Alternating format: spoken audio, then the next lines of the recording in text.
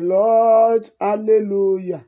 Mo kí gbogbo alààyè tí Olúwa jí sí ìmọ́lẹ̀ alààyè lónìí pé ẹ kú òwúrọ̀.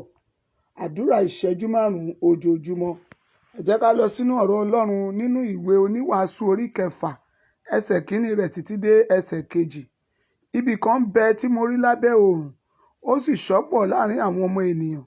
Ẹni tí Ọlọ́run fi ọrọ̀, ọlá àti ọlà fún, tí kò sì sí nǹkan kan tí ó kù fún ọkàn rẹ̀ nínú ohun gbogbo tí ó fẹ́, ṣùgbọ́n tí Ọlọ́run kò fún un ní agbára láti jẹ nínú rẹ̀, ṣùgbọ́n àwọn àjèjì ènìyàn ni ó ń jẹ ẹ́. Asán ni èyí, àrùn búburú sì ni. Àkọlé àdúrà òwúrọ̀ yìí ni mo pè ní Olúwa má jẹ́ kí n ṣiṣẹ́ fún ẹlòmíràn jẹ. Ìwọ tó wà lábẹ́ ohùn mi, lórúkọ Jésù ò ní ṣiṣẹ́ fún ẹlòmíràn jẹ. Lórúkọ Jésù, agbára láti jèrè iṣẹ́ ọwọ́ rẹ, Olúwa máa yọ̀ǹda rẹ̀ fún ọ. Bíbélì yẹn sọ fún wa, ó ní Ọlọ́run kò sì fún un ní agbára láti jẹ nínú rẹ̀, ṣùgbọ́n àwọn àjèjì ènìyàn ni ó ń jẹ ẹ́. Asán ni èyí, àrùn búburú sì ni. Lórúkọ Olúwa Ọlọ́run àwọn ọmọ ogun, ẹ̀yin tẹ́ darapọ̀ mọ́ mi nínú àdúrà òwúrọ̀ yìí, lórúkọ Jésù Kristi ti Násárẹ́tì, ẹ ò ní ṣiṣẹ́ fún ọmọ ẹlòmíràn jẹ. Gbogbo ẹ̀dá ènìyàn tó gbọ́ ohùn àdúrà yìí lówùúrọ̀ yìí, lórúkọ Jésù, ò ní ṣiṣẹ́ fún ẹlòmíràn jẹ. Ọwọ́ agbára Ọlọ́run ó máa dì ọ́ mú. Bó o ti ń jáde lọ síbi gbogbo tó ń lọ lónìí, ọwọ́ Olúwa yóò máa bá ọ gbé. Ẹgbẹ́ ẹ̀yin alààyè, ohun tí ò dára gbà ni kí ènìyàn ṣiṣẹ́ láyé kó má lè jókòó jẹ iṣẹ́ tó jẹ. Lórúkọ Jésù, gbogbo agbára tó dúró tó ní ìwọ tó ń gbọ́ ohùn àdúrà yìí pé ò ní jẹ iṣẹ́ ọwọ́ rẹ, gbogbo agbára náà kan wọ yàrá ìṣẹ̀lẹ̀ lọ.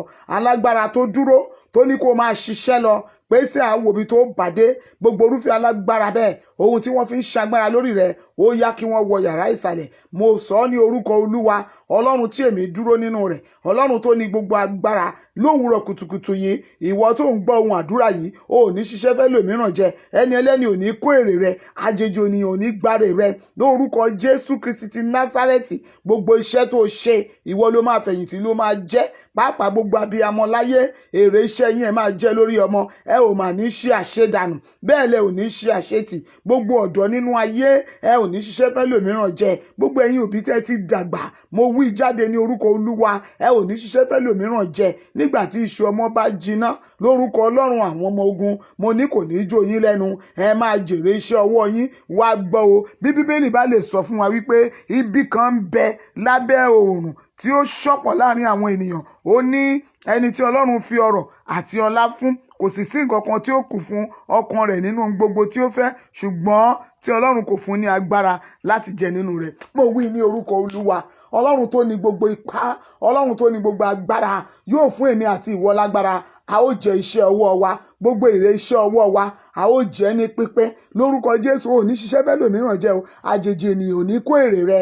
Ìwọ tó ń gbọ́ ohùn àdúrà yìí lówùúrọ̀ yìí, àánú Ọlọ́run yóò máa sọ̀rọ̀ fún ọ. Àsúre fún gbogbo aboyún ayé.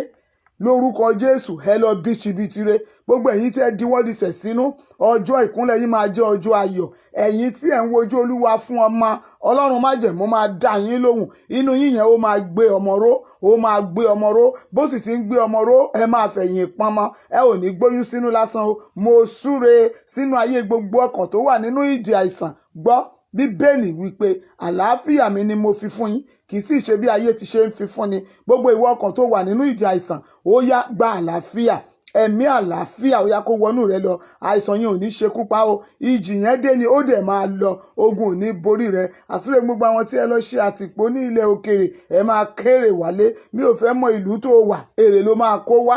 O ò ní pàdánù ohun tó dára, o ò ní sọ ohun tó dára nù. Àdúrà ìṣẹ́jú 5 ti òwúrọ̀ yìí wípé Olúwa jẹ́ kí n jẹ iṣẹ́ ọwọ́ mi. Gbogbo ẹ̀yin alààyè tẹ́ gbọ́ ohùn àdúrà yìí, lórúkọ Jésù, ẹni ẹlẹ́ni ò ní kórè iṣẹ́ ọwọ́ yín. Ẹ ò ní ṣiṣẹ́ fẹ́ lòmíràn jẹ o. Àánú Ọlọ́run yóò yí yín ká. Tàbá rí ogun kan tó dúró nílé bàbá, nílé ìyá, nílé ọkọ, láàrin ọ̀rẹ́, níbi gbogbo tó ní ẹ jẹ́ kó máa ṣe lọ, a ó wo ibi tó máa bá dé, àwa la máa kórè rẹ̀. Gbogbo orúfẹ́ ogun yẹn, mo sọ ní orúkọ Olúwa, kí wọ́n wọ yàrá ìsàlẹ̀ lọ. Alágbára tó lóun ó kéré iṣẹ́ rẹ láì bá ọ ṣiṣẹ́. Mo ní kó wọ yàrá ìsàlẹ̀ lọ.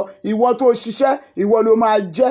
Wá gbọ́ o, wọn wà ní fi kú ṣèfàjẹ́ nígbà tí àkókò oore bá dé. Nígbà tí àkókò bá tó fún ọ láti máa jẹun iṣẹ́ rẹ, o ò ní fi kú ṣèfàjẹ́, o ò ní rámáyé, o ò ní sọnù, ogun ò ní borí rẹ. Àánú Ọlọ́run ní gbogbo ìgbà ni mo béèrè. Ó yá kó máa sọ̀rọ̀ nínú ayé yín. Gbogbo tẹ́ ẹ bá dé, ẹ lọ rí ojú rere Ọlọ́run.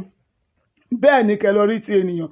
Orin yìí wí pé làálàá mi nílé ayé o, Èdùmàrè jẹ́ n lẹ́nu ọpẹ́. Gbogbo làálàá rẹ nínú ayé yìí, gbọ́ ìwọ àyànfẹ́ tó gbọ́ ohùn o, àdúrà òwúrọ̀ yìí ó máa lẹ́nu ọpẹ́ lórí gbogbo làálàá rẹ, lórí gbogbo akitiyan yẹ, lórí ọmọ, lórí ilé rẹ, lórí iṣẹ́ rẹ, lórúkọ Jésù ó máa lẹ́nu ọpẹ́. Gbogbo ìránṣẹ́ Ọlọ́run ní gbogbo àgbáyé, mo súre fún yín o, ẹ ó lẹ́nu ọpẹ́, ẹ ó jèrè iṣẹ́ yín níwájú bàbá, ẹ ò ní ṣe lásán. Agbára Ọlọ́run kó dì wá mú. Àdúrà ìṣẹ́jú 5 ojoojúmọ́ yìí kó pé ire wa fún wa. Ògo ni fún orúkọ Olúwa Jésù Kristi agbára wa. Àmín, àmín, àmín ní orúkọ Jésù. Lọ jèrè iṣẹ́ ọwọ́ rẹ. Àlàáfíà fún ọ. Jésù Olúwa wa. Àmín.